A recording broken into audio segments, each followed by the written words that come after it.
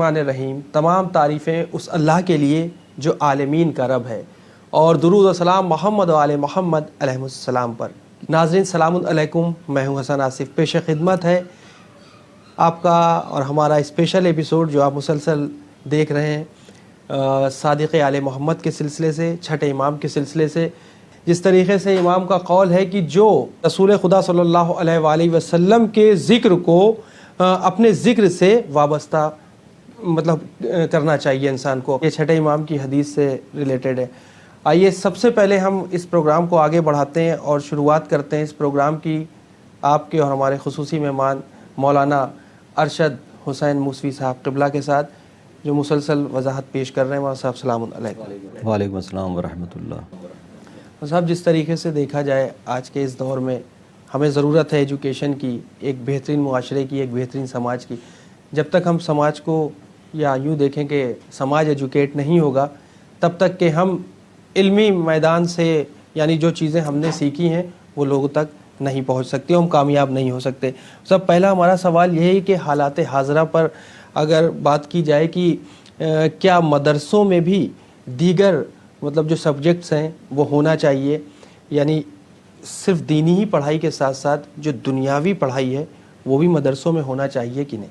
یہ خاص کر ہمارے ناظرین کو بتائیں۔ سب سے پہلے تو میں ناظرین کی خدمت میں سلام عرض کرتا ہوں، اور اس کے بعد یہ جو سوال آپ نے کیا، اچھا سوال ہے۔ اور یہ جو آپ نے اس میں کہا نا کہ دینی مدرسوں میں دنیاوی تعلیم، تو سب سے پہلے ہی میں نے عرض کیا تھا کہ دینی اور دنیاوی ہم لوگوں نے تقسیم کر دیا ہے، ورنہ تعلیم جو ہے، علم جو ہے وہ عام ہے، اور یہ سارا علوم جو ہے وہ سب اہل بیت علیہ السلام نے اس کی طرف رغبت دلائی ہے، اور امام نے بھی اس کو کہا ہے کہ ہم سے پوچھو جو پوچھنا ہو، اور اس میں کوئی قید و بند نہیں لگائی۔ تو بہرحال مدرسوں میں بھی اگر ہو تو بہت اچھا ہے، اور اس کے لیے کوئی قید نہیں ہے کہ اگر مدرسے میں کوئی پڑھنے والا ہے تو وہ سائنس نہ پڑھے یا میتھمیٹکس نہ پڑھے، یا یہ سب علوم پڑھائے بھی جاتے ہیں ہمیں مدارس۔ ایسا نہیں کہ ہمارے ریاضیات بھی ہمارے مدارس میں پڑھائی جاتی ہے۔ اور آپ اگر دور نہ جائیں تو کچھ عرصہ پہلے تک ہمارے جو مدارس، جب تک میڈیکل سائنس کی اتنی ترقی نہیں ہوئی تھی، تو مدرسوں کے پڑھے ہوئے جو علماء ہوتے تھے وہ حکیم بھی ہوتے تھے، اور اس زمانے میں حکمت جو ایک ڈاکٹر کی حیثیت سے حکیم کو پہچانا جاتا تھا۔ اور ایسے ایسے حکیم گزرے ہیں کہ جن کی زبان حیات پڑھی اور واقعات پڑھی ہے، تو ایسے ان کے واقعات ملتے ہیں کہ عقل حیران رہ جاتی ہے کہ ایسے ایسے مریضوں کو دیکھتے تھے اور ایسے امراض کو انہوں نے ٹھیک کر دیا جو لا علاج ہوتے تھے۔ بعض جو سنا ہے بہرحال حکیموں کے بارے میں کہ نبض جو ہے وہ ہاتھ میں دیکھ کے نہیں، ہاتھ سے پکڑ کے نہیں، بلکہ دھاگا باندھ کے نبض کو تلاش، کس حد تک حقیقت ہے بہرحال یہ ہوتا تھا کہ نبض دیکھ کے پہچان لیتے، الٹرا ساؤنڈ کی ضرورت نہیں پڑتی تھی، کیا کیا امراض پیٹ میں پل رہے ہیں وہ سب، ایسے ایسے علاج بھی ہوتے تھے۔ تو حکمت اس زمانے میں ڈاکٹر کی حیثیت حکیم رکھتا تھا، تو علماء ہمارے حکیم بھی ہوتے تھے، اور یہ سارے علوم ہمارے کے مدارس میں زندہ تھے۔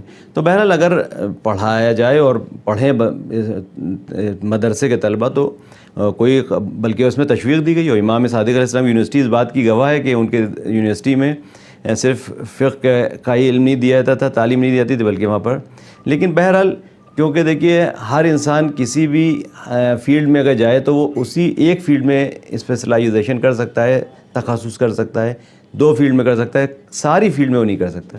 ہم چاہیں کہ ایک فقیہ جو ہے وہ سائنٹسٹ بھی بن جائے، ایک فقیہ جو ہے وہ ڈاکٹر بھی بن جائے، ایک فقیہ جو ہے وہ مثلاً انجینئر بھی بن جائے، تو یہ ممکن نہیں ہے، کیونکہ ہر علم جو ہے علم سمندر ہے۔ بے شک کسی بھی علم میں آپ جائیے، بھئی ایک مجتہد بننے کے لیے اگر 50 سال لگ جاتے ہیں اگر انسان کو مجتہد بننے کی، یہیں پہ تو بات آتی ہے کہ امام کی وہ یونیورسٹی، امام کا وہ دور، انہوں نے کس طریقے سے سارے علوم پر دھیان دیا، اور سبھی طریقے کے جو سبجیکٹس تھے وہ دھیان میں رکھتے ہوئے بچوں کو ایجوکیٹ کیا۔ یہ کیسے ممکن؟ تو وہی میں نے کہا کہ دیکھیں امام کا مسئلہ الگ ہے۔ امام تو علم ملا دنی، یعنی اللہ کی طرف سے جو علم ملا وہ کل شیء احسنہ فی امام مبین کا مصداق ہے، سارے علوم ان کے پاس ہیں۔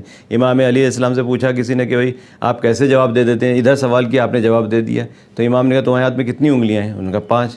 کہا جیسے تمہارے ہاتھ میں 5 انگلیاں تم نے برجستہ بتا دیا، ویسے ہمارے سامنے پوری کائنات ہے، علم جو ہے وہ ہمارے سامنے اس طرح سے، اور اسی لیے امام کہہ رہے ہیں کہ مجھ سے آسمان سے کہ راستوں کے بارے میں زیادہ پوچھو۔ اس کا مطلب ہے کہ امام بتا رہے ہیں کہ دیکھو زمین ہی نہیں بلکہ آسمان کے راستوں سے بھی میں واقف ہوں۔ تو وہ تو علم کا خزانہ تھے۔ اب ہاں یہ کہ ان کی یونیورسٹی میں ہر اسٹوڈنٹ جو ہے وہ جابر نہیں تھا، اور ہر اسٹوڈنٹ جو ہے وہ حمزہ صومالی نہیں تھا. وہ اپنی فیلڈ میں مہارت رکھتے تھے، وہ اپنی فیلڈ میں مہارت رکھتے تھے. تو ایک دو فیلڈ میں تو ایک دو میدان میں تو آپ مہارت حاصل کر سکتے ہیں، سارے میدان میں نہیں کر سکتے. تو کہنے کا مقصد یہ ہے کہ تب دوسرے علوم جو ہیں وہ بھی پڑھنا بہت اچھا ہے کہ کوئی انسان کے اندر اتنی صلاحیتیں ہیں تو وہ حاصل کر سکے. لیکن اگر کسی فیلڈ میں ایک جانا چاہتا ہے، اس میں کامیابی اور تخصص کرنا چاہتا ہے کہ اس میں شاہکار بن جائے اور اس میں پی ایچ ڈی کر لے، تو وہ جو ہے انسان پھر ایک ہی فیلڈ کو اختیار کر سکتا ہے. تو یا تو ڈاکٹر بن جائے، یا انجینئر بن جائے، یا فقیہ بن جائے. تو میرے خیال سے وہ مدرسوں میں بھی اگر پڑھا جائے تو پڑھیں، لیکن سطحی طور پہ تو آشنائی ہو جائے گی اس کو. لیکن وہ چاہے کہ ہم ڈاکٹر بھی بن جائیں پوری طرح سے، انجینئر بن جائیں، تو یہ ممکن نہیں ہے. تو مدرسہ جو ہے آپ کو روکتا نہیں ہے کہ آپ بھی مثلا انجینئر نہ بنیے، ڈاکٹر نہ، لیکن پہلے کیونکہ آپ مدرسے میں جو ہے آپ فقیہ بننے کے لیے آئے ہیں، مجتہد دین کو سمجھنے کے لیے آئے ہیں. تو آپ دنیاوی تعلیم بھی حاصل کریے، میتھمیٹکس بھی سیکھیے، لیکن آپ اس میں تخصص جو آپ حاصل کرنا چاہ رہے ہیں مدرسے میں، تو آپ فقیہ بننے کے لیے آئیں. تو آپ فقیہ بننے کے لیے جو اس میں علوم ہے، بھائی اس میں بھی ایک علم نہیں ہے، تقریباً 14 علوم ہے جس میں آپ کو ڈاکٹریٹ کرنا ہے. فلسفہ آپ کو اس میں مہارت ہونا چاہیے، علم حدیث میں مہارت ہونا چاہیے، عربی کی گرامر میں مہارت ہونا چاہیے، منطق و فلسفے میں مہارت ہونا چاہیے، تاریخ و تفسیر میں مہارت ہونا چاہیے. سارے علوم میں آپ کو جب مہارت ہوگی تب جا کے انسان مجتہد بنتا ہے. تو آپ سطحی طور پہ نہ بنیے. مدرسے سے ہم چاہیں کہ صرف پڑھ کے 2-4 ڈگری لے کے نکلنا ہے، ایسا نہیں ہے. مدرسہ آپ کو ایک ایسا انسان بنانا چاہتا ہے کہ جو فقیہ ہو. تو آپ دوسرے شعبے میں بھی آپ جائیں، اگر کوئی ڈاکٹر بن رہا ہے تو ڈاکٹر بنے، انجینئر بن رہا ہے تو انجینئر بنے. تو اس میں روکا نہیں ہے اسلام نے. یہ دیکھیے ایک معاشرہ جو ہوتا ہے اس میں سماج میں ہر ایک کی ضرورت ہوتی ہے. جیسے انجینئر کی ضرورت ہے، اور یہ ہمارے علماء بھی فرماتے ہیں کہ یہ واجب کفائی ہے. ڈاکٹر ہونا واجب کفائی ہے، انجینئر ہونا واجب کفائی ہے. یعنی کہ ایک سماج میں جو چیزیں ضروری ہیں اس کو ضرورت کو پورا کرنے کے لیے بھی لوگ ہونا چاہیے. تو جس طرح سے ایک ڈاکٹر کی سماج میں ضرورت ہے کہ علاج کر سکے، انجینئر کی ضرورت ہے کہ گھر بنا سکے، اسی طرح ایک فقیہ کی ضرورت ہے کہ وہ مسائل بیان کر سکے. تو الگ الگ شعبے ہیں اور اپنے الگ الگ شعبے میں اب تخصص آ. لیکن اگر ہم فقہی علوم کی بات کریں تو ہماری بھی تو ذمہ داری ہے کہ ہم کیسے پتہ لگائیں کہ یہ فقہی علوم یا یہ فقہ حضرت محمد مصطفیٰ صلی اللہ علیہ وآلہ وسلم کے سب سے قریب ہے. یہ ہم کیسے ہیں؟ دیکھیے اس کے لیے تو میں یہی کہوں گا کہ وہی میں نے شروع میں حدیث کہی تھی کہ اولنا محمد و آخرنا، یہ جو بھی ہیں جو بیان کریں گے وہ محمد کی بات کو ہی بیان کریں گے. یعنی حضور سرور کائنات کا ہی پیغام اور ان کی ہی بتائی ہوئی شریعت جو اللہ نے ان کے اوپر نازل کی تھی قرآن کے ذریعے سے، وہی بیان کرتے ہیں. یہ اپنی طرف سے کوئی اس میں نہ اضافہ کر سکتے ہیں نہ کم کر سکتے ہیں. یہ تو ایک فیکٹ ہے، یہ حقیقت ہے کہ ہم یہ نہیں کہہ سکتے کہ مطلب معاذ اللہ مولا علی جو ہے وہ خلاف رسول اللہ جائیں گے، یا امام صادق علیہ السلام یا امام زین العابدین السلام یا 12ویں امام جو ہیں رسول کے خلاف کوئی قدم اٹھائیں گے یا خلاف. حتیٰ کہ امام زمانہ کے لیے بھی ہے کہ جب امام زمانہ آئیں گے تو وہ ایسا نہیں کہ وہ تلوار لے کے سب پہ کھڑے ہو جائیں گے. رسول اللہ رحمۃ للعالمین تھے، 12ویں امام جو آئیں گے وہ رحمۃ للعالمین بن کر آئیں گے. یہ غلط تصور ہم لوگوں نے بیان رکھا ہے کہ وہ آئیں گے تلوار لے کے وہ مارنا شروع کر دیں گے. تلوار لے کے نہیں، بلکہ وہ منطق و فلسفہ اور علم اور اس کے ذریعے سے لوگوں کو، عقل کے ذریعے سے، منطق کے ذریعے سے لوگوں کو بلائیں گے. جو ذہنوں پہ حجاب ہیں ان حجاب کو برطرف کریں گے.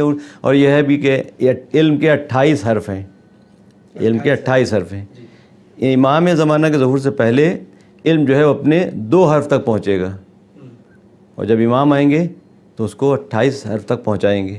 تو اب تصور کریے کیا عالم ہوگا. ابھی 2 حرف کا یہ عالم ہے کہ ابھی معلوم نہیں کب ظہور ہوگا اور کہاں تک ابھی ہماری سائنس اور ٹیکنالوجی علم کا کارواں آگے بڑھے گا. لیکن جب امام آئیں گے تو علم کو جو ہے اتنا بڑھاوا دے دیں گے. تو وہاں کیا ہوگا کہ زمین والے آسمان سے باتیں کریں گے. تو بہرحال کہ وہ رسول کا ہی پیغام اور مشن امام لے کے آگے بڑھتے ہیں. تو اگر ہم یہ کہیں کہ فقہ امام جعفر صادق علیہ السلام، تو اس کا مطلب یہ نہیں کہ فقہ محمدی الگ ہے، فقہ جعفری الگ ہے. فقہ جعفری وہی ہے جو فقہ محمدی، وہ بنیاد ہی ہے، عمارت ہے اس کے اوپر. اچھا دیکھا جائے کہ آپ کے دور میں امام جعفر صادق علیہ السلام کے کہ آپ کو یبنہ رسول اللہ کے نام سے لوگ جانتے تھے، اور بھی جو امام تھے ان کو بھی یبنہ رسول اللہ کے ہی نام سے ہی جانا جاتا تھا. تو اس کے بارے میں آپ ہم چاہیں گے بتائیں. دیکھیے ابن رسول اللہ کے وجہ سے جو لوگ جانتے تھے یا ان کو کہا جاتا تھا وہ اس کی وجہ یہی ہے کہ ایک بزرگ کی حیثیت سے کہ بھئی رسول اللہ کا مقام اور منزلت جو ان کا ہے وہ بہت بزرگ ہے، لہٰذا ان سے منسوب کر کے ان کو سب معصومین کو کہتا ہے بھئی یہ ابن رسول اللہ امام حسن، یہ ابن رسول اللہ امام حسین، یہ ابن رسول اللہ. اور اس میں ایک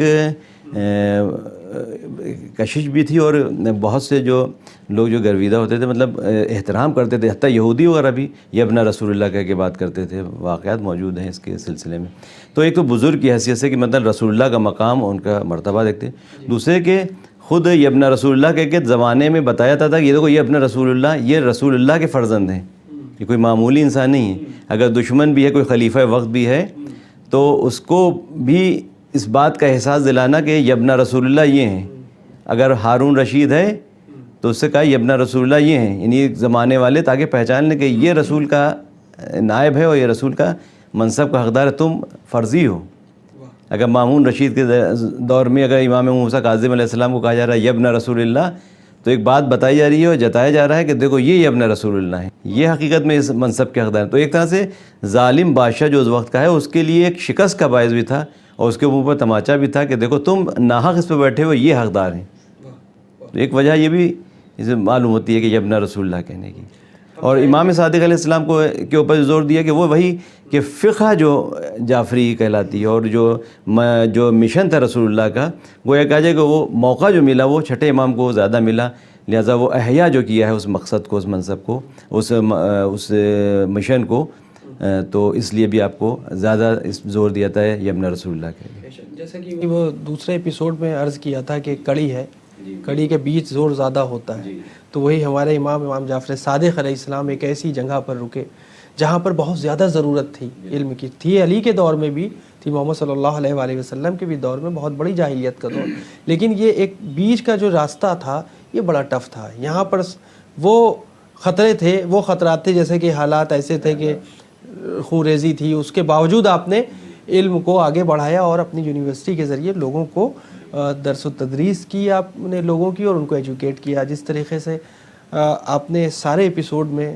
بہت ہی بہترین وضاحت کی ارشد صاحب، ہم کیا بتائیں، ہم نے بھی بہت کچھ سیکھا. ایک چھوٹا سا ہم چاہیں گے پیغام ہمارے ناظرین کو دے دیں امام، چھٹے امام سے ریلیٹڈ.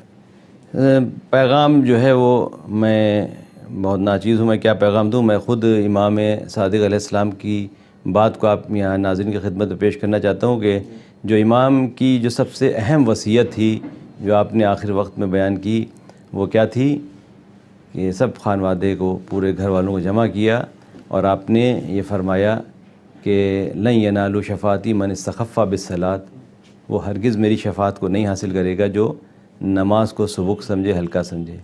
تو یہ سب سے بڑا میرے خیال سے پیغام ہے، کیونکہ امام صادق علیہ السلام آخری وقت اس کو اپنے گھر والوں کو اکٹھا کر کے بیان کر رہے ہیں، اور نماز کی اہمیت کو بتاتے ہوئے آپ نے یہ کہا کہ لن ینالوا شفاعتی، یعنی لن ینالوا کا مطلب ہے کہ ہرگز میری شفاعت کو حاصل نہیں کر سکتا. یعنی ہم لوگ تو امید لگائے ہوئے کہ ہم امام صادق علیہ السلام کو بخشوائیں گے، ہم بہرحال ہم گناہ گار ہیں اور بخشوائیں گے بھی، وہ ایسا نہیں کہ بخشوائیں گے، لیکن امام شرط لگا رہے ہیں کہ من استخف بالصلاۃ، اگر نماز کو کوئی ہلکا سمجھے گا تو پھر اس کو ہماری ہرگز شفاعت نہیں ملے گی.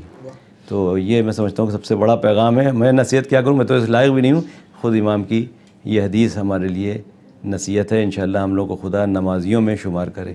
ایک بات اور میں عرض کرنا چاہتا ہوں کہ تعلیم کے حوالے سے کہ امام صادق علیہ السلام اور دیگر ائمہ معصومین نے جو ہم کو علمی درس دیے ہیں، ہمیں چاہیے کہ اس کے اوپر ریسرچ کریں، کام کریں. یہ قرآن کے لیے بھی امام علیہ السلام نے یہ فرمایا تھا کہ لا یسبقکم بالعمل بہ غیرکم. دیکھو کہیں ایسا نہ ہو، قرآن سے غافل نہ ہونا، کہیں ایسا نہ ہو کہ دوسرے اس پر عمل کر کے تم سے آگے نکل جائیں. تو اس کا مطلب قرآن میں جو علوم ہے اس پہ بھی ہم کو ریسرچ اور تحقیق کرنا چاہیے. خود امام کی زندگی سے بھی ہم کو تعلیم ملتی ہے، جو درس ملتے ہیں، جو علوم ملتے ہیں، اس پہ ہم کو ریسرچ کرنا چاہیے. ایک میں آپ کے سامنے واقعہ بس مختصر سا بیان کرنا چاہتا ہوں، اور قابل امام صادق علیہ السلام کے جو شاگرد جن کا میں نے ذکر کیا تھا، جابر جوفی، وہ کہتے ہیں کہ میں نے محمد باقر علیہ السلام سے 70,000 اللہم صلی علی محمد، کہتے ہیں میں نے امام باقر علیہ السلام 70,000 اسرار یعنی سیکرٹس حاصل کیے ہیں. اب وہ کیا سیکرٹ ہمیں نہیں معلوم. اور امام سے، چھٹے امام سے کہتے ہیں مولا ہم نے آپ سے بھی بہت کچھ سیکھا ہے اور ہمارا سینہ پھٹا جا رہا ہے. علم کو کہہ رہے ہیں کہ میں کہاں رکھوں سمجھ میں میرا سینہ ان اسرار کو اپنے اندر رکھ کے پھٹا جا رہا سینہ، تو میں کیا کروں؟ تو امام فرماتے ہیں کہ جا کے صحرا اور پہاڑوں میں اور گڈھے کھود کے ان کو جا کے بیان کرو۔ تو ایک بات اس سے ایک اشارہ شاید ملتا ہے کہ شاید یہ امام کا بھئی امام کو یہ لغو بات تو کہے گا نہیں، کچھ نہ کچھ راز ایسا ہوگا کہ اس کا مطلب یہ باتیں جو ہیں جو جس کی طرف امام کہہ رہے ہیں کہ جا کے تم صحرا میں پہاڑوں، تو ہمیں چاہیے کہ اس پہ غور کریں کہ کیوں امام نے فرمایا تھا کہ صحرا میں جا کے اس کو بیان کرو، پہاڑوں پہ جا کے بیان کرو، گڈھا کھود کے بیان کرو اس میں۔ تو ان سب چیزوں پہ ہم کو ریسرچ کرنا چاہیے، تحقیق کرنا چاہیے، اور یہ جو ذخیرے ہمارے پاس ہیں قرآن اور اہل بیت، دیکھیے ایک بہت بڑی چیز ہے جو رسول اللہ ہمارے لیے چھوڑ گئے، لیکن ہم متاسفانہ افسوس کے ساتھ ہم یہ کہتے ہیں کہ دیکھیے ہم قرآن کو کہتے تو ہم قرآن اہل بیت دونوں کو مانتے ہیں، لیکن ہم کتنا مانتے ہیں یہ خود اپنے آپ سے ہم پوچھیں۔ ہر انسان کا نفس بتائے گا کہ ہم اہل بیت کو کتنا مانتے ہیں اور ہم قرآن سے کتنا وابستہ ہیں۔ قرآن صرف پڑھنے کی حد تک نہیں ہے، قرآن تدبر کی کتاب ہے، فکر کی کتاب ہے۔ قرآن ایک سلیبس کے طور پہ ہمارے پاس درمیان ہونا چاہیے، اس کے اوپر کام کریں، ریسرچ کریں، جو آیتیں ہم کو بیان کی اس میں کچھ نہ کچھ علوم، کچھ نہ کچھ حقیقت میں علوم موجود ہے۔ تو اہل بیت کے اقوال پر بھی ریسرچ کریں اور قرآن پر بھی ریسرچ کریں۔ یہ ہمارا اٹھنا بیٹھنا لغویات میں نہیں، بلکہ ہم ہر وقت علم میں اپنا وقت صرف کریں، اور بیٹھیں بھی تو علمی بات اہل بیت اور قرآن سے کے حوالے سے کریں۔ جاتے جاتے 4 مصرے عرض ہیں امام جعفر صادق علیہ السلام کے سلسلے سے۔ ہمارے آقا و سرور ہیں جعفر صادق، خدا کے دین کے رہبر ہیں جعفر صادق، جنہوں نے مذہب و ملت کا درس عام کیا، وہی علوم کے پیکر ہیں جعفر صادق۔ اور جس طریقے سے آپ نے جو وضاحت کی وہ بھی قابل غور بھی تھی، قابل تعریف بھی، اور جس کو ہم لوگوں نے کافی واٹس ایپ پہ بھی دیکھا، لوگوں کے سوال آئے اور اس پہ بھی کافی تعریف ماشاءاللہ۔ تو ہم چاہیں گے کہ اسی طریقے کے اور بھی کچھ پروگرامز ہوں گے انشاءاللہ، وہ ہم ناظرین کی خدمت میں لے کر حاضر ہوں گے۔ فی الحال وقت کی کمی ہے، اور ایپیسوڈ ہمارے یہ 5واں ایپیسوڈ تھا۔ انشاءاللہ اگلی سیریز میں ہم پھر آپ سے ملاقات کریں گے، اور پھر سے ہم ایک نئے پروگرام کے ساتھ شروعات کریں گے۔ ہمیں اور مولانا ارشد صاحب کو اجازت دیں اور دعاؤں میں یاد رکھیں، اور دیکھتے رہیں channel one, message of humanity. خدا حافظ۔